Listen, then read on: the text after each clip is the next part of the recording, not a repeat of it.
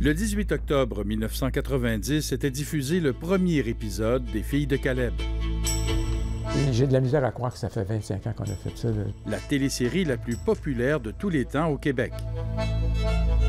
Ça a été un livre magique, hein? Un scénario de Fernand Dansereau basé sur l'œuvre d'Arlette Cousture. Avant que la série télé n'arrive, je pense qu'on était rendu à 500 000, quand même, 500 000.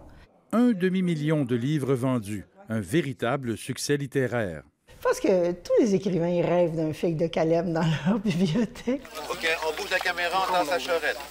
C'est en survolant la Mauricie en hélicoptère que le réalisateur Jean Baudin a choisi Saint-Jean-des-Piles comme site de tournage extérieur. Ça fait qu'on s'est promené. Et puis, dans l'espace de quelques jours, on a trouvé tout ce qu'il nous fallait pour le film. Et ça a été superbe. À Saint-Tite, tout le monde le sait qu'on se fréquente depuis que tu es revenu. Puis encore. Super. Il aura fallu 200 jours de tournage pour réaliser Les Filles de Caleb, dont une grande partie se déroulait en extérieur. C'est un groupe qui est parti ensemble. Presque l'équipe technique, les comédiens et tout le monde a presque systématiquement vécu ensemble les étés, loin des maisons, près des lieux de tournage en Mauricie pendant 2 ans. Et ça a été, pour eux, ça a été une expérience exceptionnelle. L'équipe tombe sous le charme de la région et de l'histoire d'Émilie Bordelot. Je pense que ça pourrait pas être plus vrai que celui-là. Je pense que tout y est. T'sais, les personnages sont là, la réalisation est là, l'équipe, l'endroit, le lieu. Je pense que c'est... Tout y est pour faire quelque chose d'extraordinaire. Là, c'est pas juste. D'autant plus exceptionnel que le scénario de Fernand Dansereau permettait au réalisateur d'approfondir l'étude des personnages. Les Filles de Caleb, ce qui était extraordinaire, c'est que ça dure 20 heures. Donc, tous les personnages, je les ai pris à l'âge de 16 ans, 18 ans, puis je les ai emmenés jusqu'à l'âge de 40 ans. Donc, on est allé vraiment en profondeur dans tous et chacun. D'après toi, Marie, ce serait quoi ce mot-là? Les Filles de Caleb, c'est l'histoire d'une femme pas comme les autres qui, au début du siècle dernier, devient maîtresse d'école en pleine campagne dans un monde où l'éducation était surtout réservée aux congrégations religieuses. Mais c'est aussi une grande histoire d'amour. Oui, je l'ai vu. Les Filles de Caleb, c'était une histoire d'amour absolument incroyable, avec des hauts et des bas, mais des amours de haine aussi. Et je savais que ça marcherait. Les scènes tournées par Jean Baudin sont des tableaux d'époque qui ont su accrocher le public. La scène des premiers rapprochements d'Émilie et d'Ovila reste encore gravée dans la mémoire de ceux qui ont vu cette série. Céline! Hey.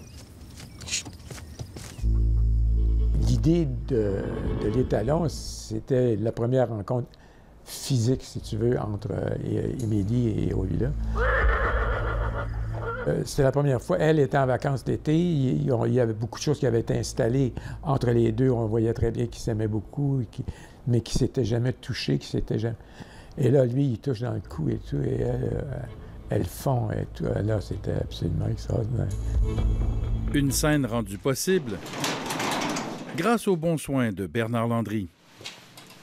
C'est lui qui a fourni toutes les voitures et tous les chevaux de la série. C'est la vraie voiture, évidemment. C'est l'original. La scène de l'étalon lui aura demandé des semaines de préparation et un peu de chance. Tu laisses ça à la grâce de Dieu. Ça n'aurait pas marché, ou la remet ruée puis la sautacle là-dessus. Tu sais, c'était imprévisible. Mais ça s'est bien produit. Tout était beau. On dirait que tout était timé pour la caméra. Il aura fallu quand même que le gars des vues organise un peu le scénario, les étalons n'ayant pas trop de penchant pour les préliminaires. Quand l'étalon arrive, il saute tout de suite sur la jument, puis bang, un bon coup. Après, il est épuisé, puis là, il a mordé, puis il fait... Donc, moi, je l'ai tourné à l'envers.